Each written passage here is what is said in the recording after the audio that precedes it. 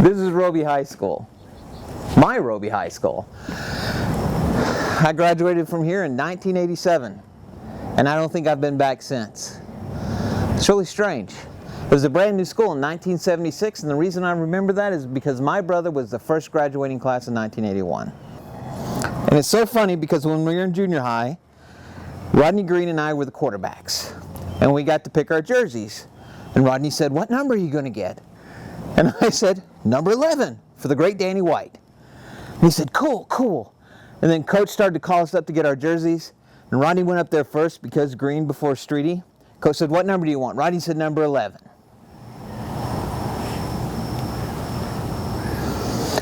So from that day on, I was number 10. I think I was number 10 in football, basketball, and I think I was locker 10.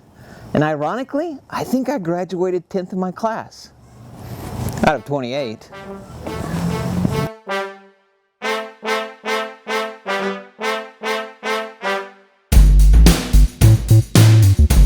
It was a small school. I grew up in small schools.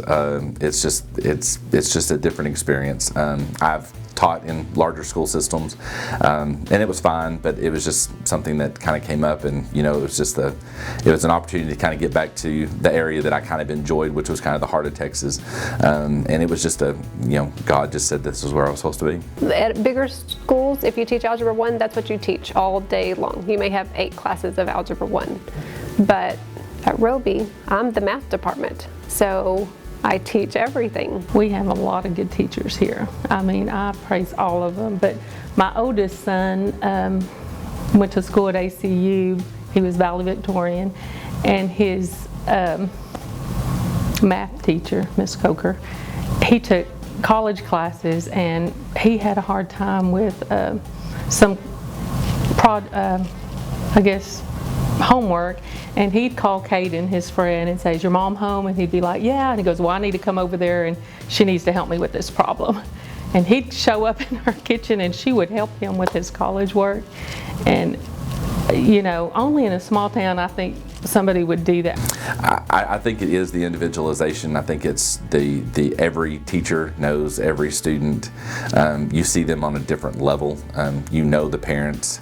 A lot of the teachers around here have taught the parents of the parents of the parents, and so and it's just one of those things that it's almost like it's your second family. We have many kids busing.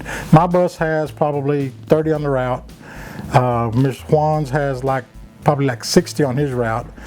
There's another one that has probably a neighborhood of 20, another one in the neighborhood of 20, and that is out of 50, 30, 80, 120 kids, and there's only 300 kids in the whole school. Wow. So close to half. And that's because they're all farm kids living out. A lot of farm kids and a lot of transfers. Oh. Roby is such a good school. I think that we have transfers from Sweetwater, we have transfers from Hamlin, we have transfers from Rotan, and then some that just live out in the country. I think a lot of it has the small school environment. I think that has a lot. We have a lot of students that come from Sweetwater. Sweetwater is a much larger school district than we are, anyways, and they just have made the choice that they don't want their children in that type of environment, and they are willing to put them on a bus and trust them in our care to get here and to educate them. We have made some significant gains in a lot of areas, and I'm extremely proud to be a part of that. Our teachers have worked extremely hard. Our kids have worked extremely hard. We have had state accountability ratings. We've had all distinctions for 5 years in a row. And I would venture to say we're the only one in the state of Texas that's a rural school district to do that. And so for us to be able to do that, it takes a lot of work from our teachers and from our students as well. So I'm very, very proud of what we've done there. Extracurricularly, our FFA program has become stronger every single year. So I've been very, very impressed with that part. FFA and stock showing. My entire life I've grown up around cattle. We raised them, and all my grandparents did, and so I got into showing steers whenever I was about 8 or so, and so this is my 10th year showing steers. And as soon as I got into high school, I became a part of the FFA, and so I've done many speeches through that, and I've become an officer at the district level. And let's see, I just got done with my last LDE competition, Leadership Development Events competition last week, so bittersweet moment. I almost did about everything Roby had. Okay, what is that? It's UIL academic competitions, sports such as I played basketball, softball, golf. I've done cheerleading. We've done one-act play, FFA. That's pretty big. Yep, just about everything. Sports, ag, band. Now, about it. I heard Roby doesn't have a band anymore, right? We didn't, but we will this year. They're bringing it back this year. So talk about that. The school is so small. What happened? Why did you have to get rid of the band? Because it's a huge expense for not very many students. I think when they did away with band, there was 8 students. You know, sports is a big deal when the only green grass in all of Fisher County is the football field. It's a gorgeous field, by the way. How important are sports in a small town, do you think? Very important. Friday nights is real. I mean, Friday nights in Texas, the town empties and the football stadium is full. That's a real thing, right? Yes. Friday nights, everybody, you could have, if Steve at night could have done whatever he wanted to, because most people around here didn't lock the door. That's just where people go. You can go to a basketball game or a football game, and that's where the people are going to be, because that's important to them.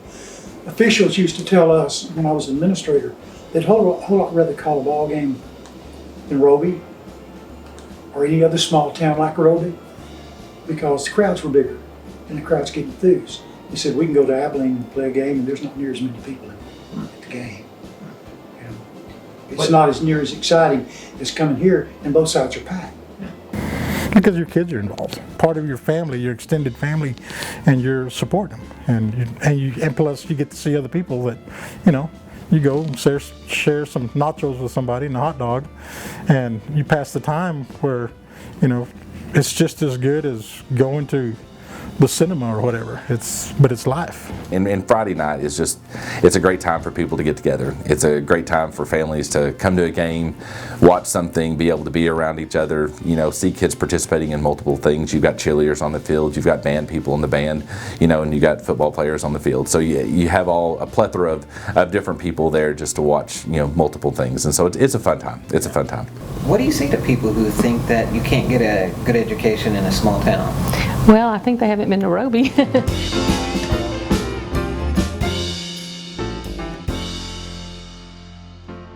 I can remember too many hits in football, so I don't remember a lot of it between junior high and behind that.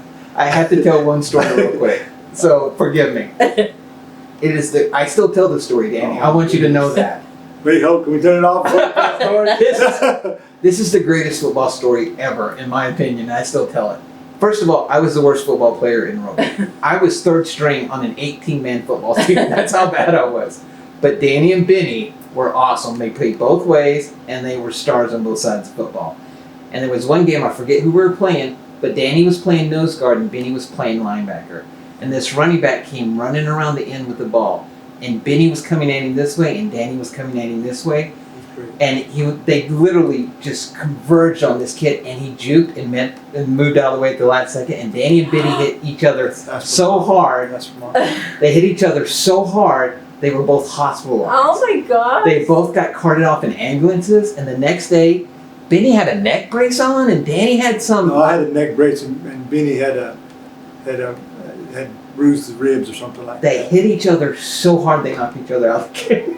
Yeah, that was against Aspermont. That was old Albert Castaneda from Aspermont.